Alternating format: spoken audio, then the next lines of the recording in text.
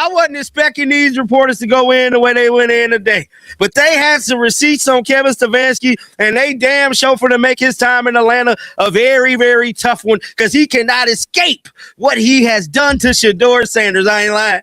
Oh, I ain't like, God is good, man. God is good.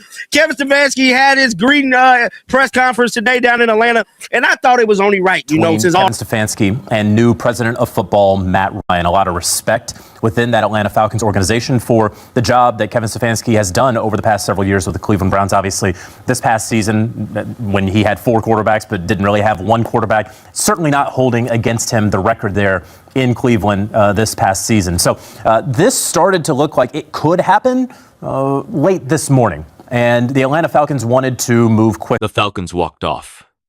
Stefanski's credibility is gone. But can he survive in Atlanta, or is his coaching career already on the line? Why this incident might be the final nail in the coffin for a coaching hire that was controversial from the very beginning. So, don't skip a single second of this video. And if this story touches your heart, give it a like, subscribe to the channel, and let us know in the comments. Where are you watching from? Let's begin. This wasn't random. And the moment you saw it happen, you knew that in your gut. Because players don't just walk off an NFL practice field. Not like that. Not in unison. Not when checks are clearing, careers are on the line, and the season hasn't even started yet. That's not emotion. That's conviction. That's something boiling for a long time finally spilling over. When I saw it, my first reaction wasn't shock. It was recognition. Like, yeah, this was coming. You could feel it building. The tension, the side eyes, the quiet conversations behind closed doors. The way trust erodes when words don't match reality. This wasn't about one bad meeting or one sloppy comment. This was about credibility finally snapping. And that's what people who are brushing this off as drama are completely missing. NFL locker rooms are ruthless meritocracies. These are grown men who've played through torn ligaments, broken ribs, concussions they'll never fully talk about. They tolerate yelling. They tolerate pressure. They tolerate being coached hard. What they don't tolerate is being lied to, especially when everyone in the room knows the truth. When veterans with money, Pro Bowl resumes, and real leverage decide to take a stand. That's not immaturity. That's not entitlement. That's leadership. That's players saying, we're not doing this. We're not pretending. We're not letting narratives get rewritten right in front of us. And fans felt that instantly. You felt it too. That's why this hit different. Because it wasn't messy, it wasn't chaotic. It was deliberate, calm, almost surgical. That's what makes it powerful. See? Press conferences can lie. Statements can spin. Social media clips can mislead.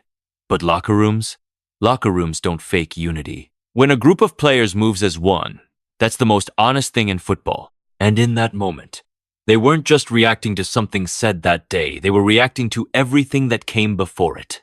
This is the part nobody wants to admit. Credibility is currency in the NFL. Once it's gone, it doesn't come back with a good quote or a clean apology. Players remember. They keep receipts. And when they decide someone can't be trusted, the whole foundation starts to shake.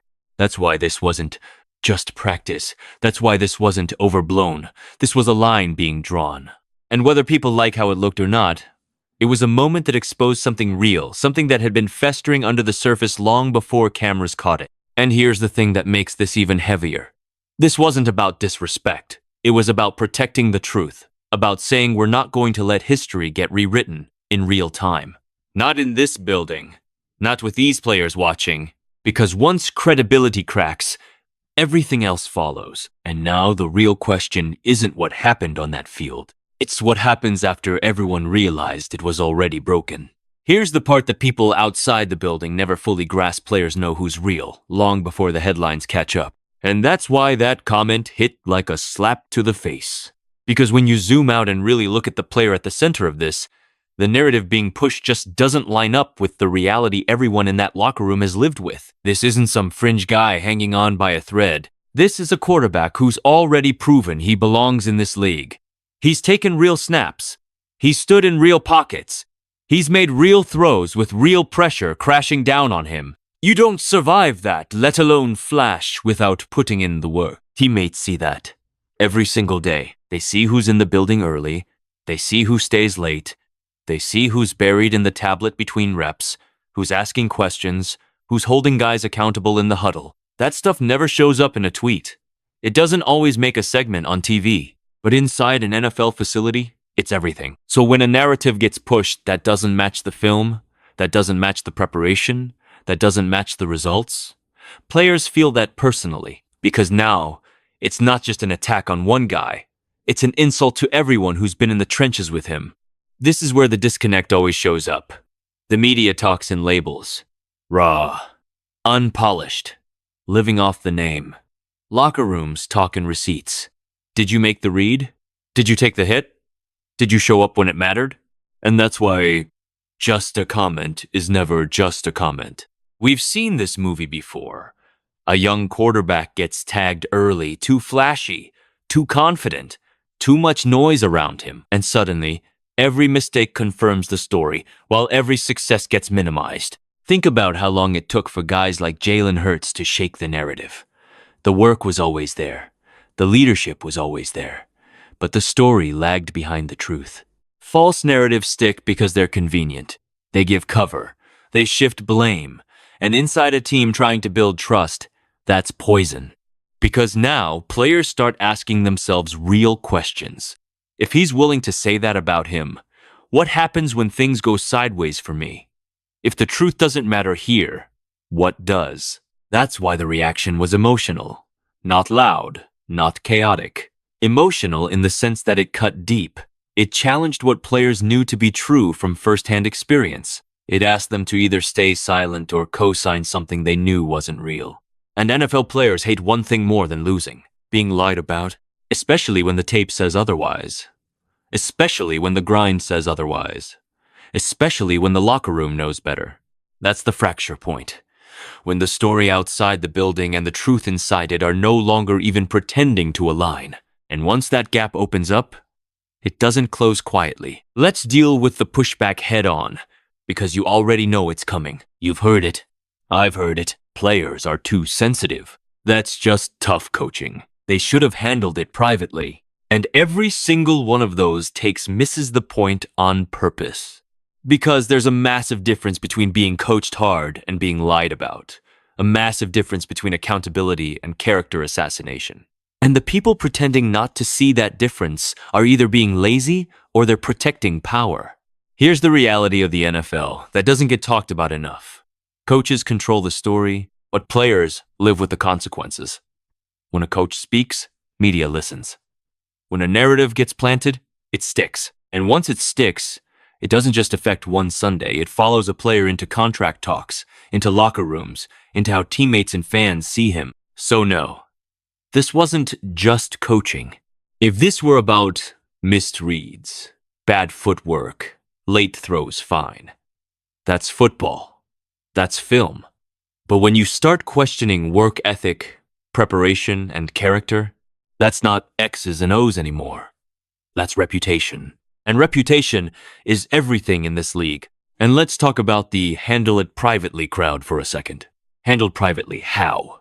When the comment itself was public, when the implication was dropped in front of an entire room, silence in that moment isn't professionalism, it's permission. Permission for the lie to stand. Permission for it to become the story. Silence becomes complicity.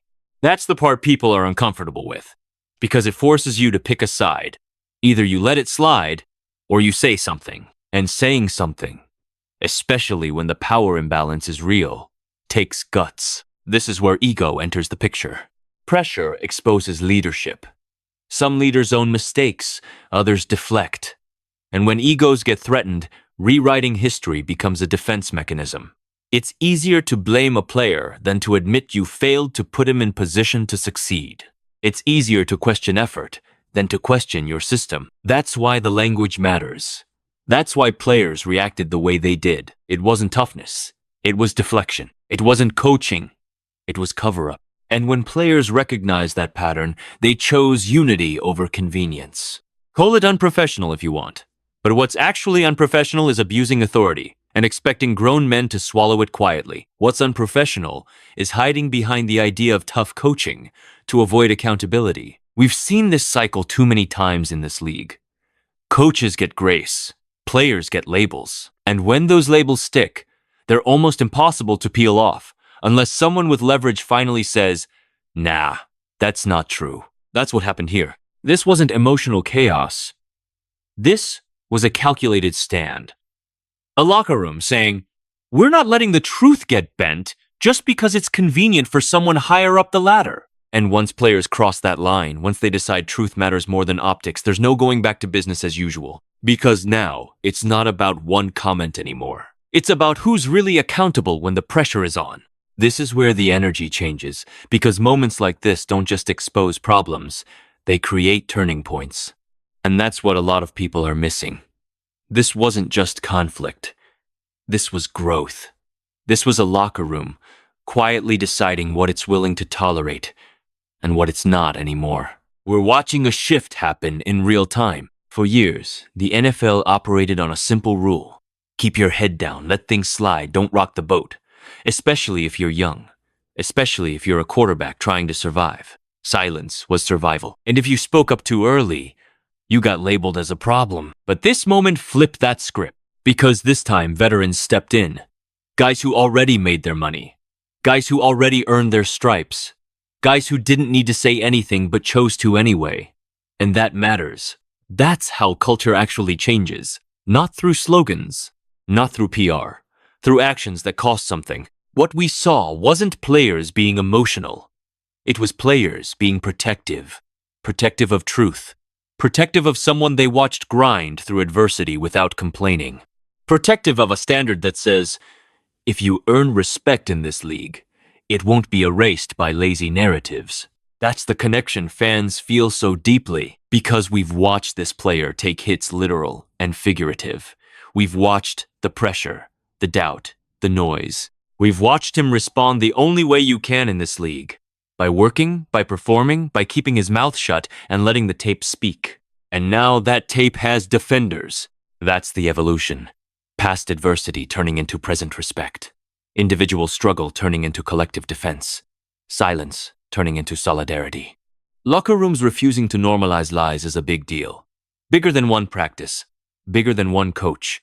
Because once players draw that line, the expectations change. Accountability stops being one-directional. Truth becomes the baseline, not an inconvenience. And this is why fans invest emotionally. Not because of passer rating or win-loss records alone, but because of moments like this, moments that show who a player is when it would be easier to fold, when enduring pressure becomes part of the resume. We've seen how this story usually goes. A young quarterback absorbs everything quietly, hoping time will fix it. Sometimes it does. Sometimes it doesn't. But what's different here is that the burden didn't stay on one set of shoulders. The room stepped up. That sends a message far beyond this situation. It tells every young player watching that they don't have to fight alone forever. That if you handle things the right way long enough, respect finds you. Sometimes late but real. This isn't the end of the controversy. But it might be the end of something else. The end of pretending this league can keep moving forward while dragging old habits behind it. And what comes next isn't about anger anymore. It's about belief.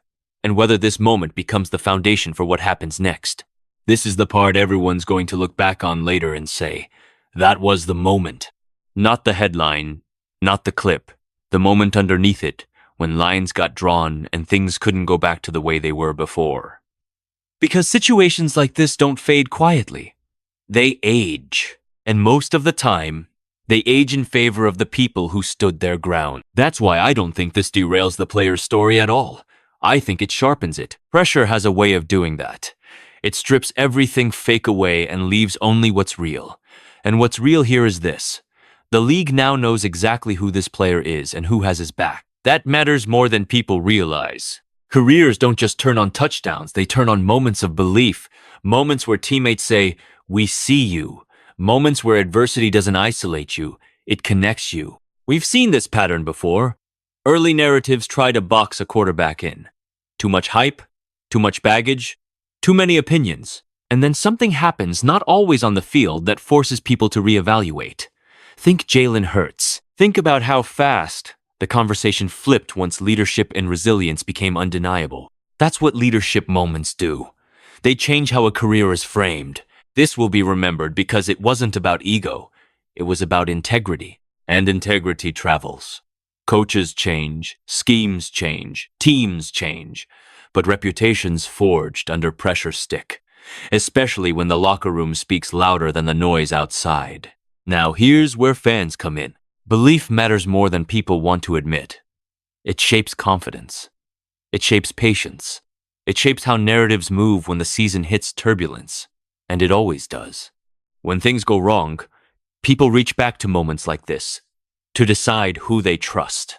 And trust me, this situation is going to age differently than critics think. Right now, it's easy to dismiss. Easy to call it messy. Easy to say it shouldn't have happened. But when time passes, when more tape stacks up, when the league keeps moving, the story won't be about a walkout. It'll be about why it happened and who was right. That's why I'm not pessimistic here. I'm not bitter. I'm locked in. Because moments like this don't break players who are built for it. They harden them. They clarify things. They turn noise into fuel. So now I want to hear from you.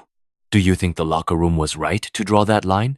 Do you think this changes how the player is viewed inside the league? And most importantly, when the narrative inevitably flips, who do you think people are going to pretend they believed in all along? Drop your thoughts in the comments. Argue it out. Keep it respectful, but keep it real. Because this story isn't over, it's just entering the part where belief starts to matter most.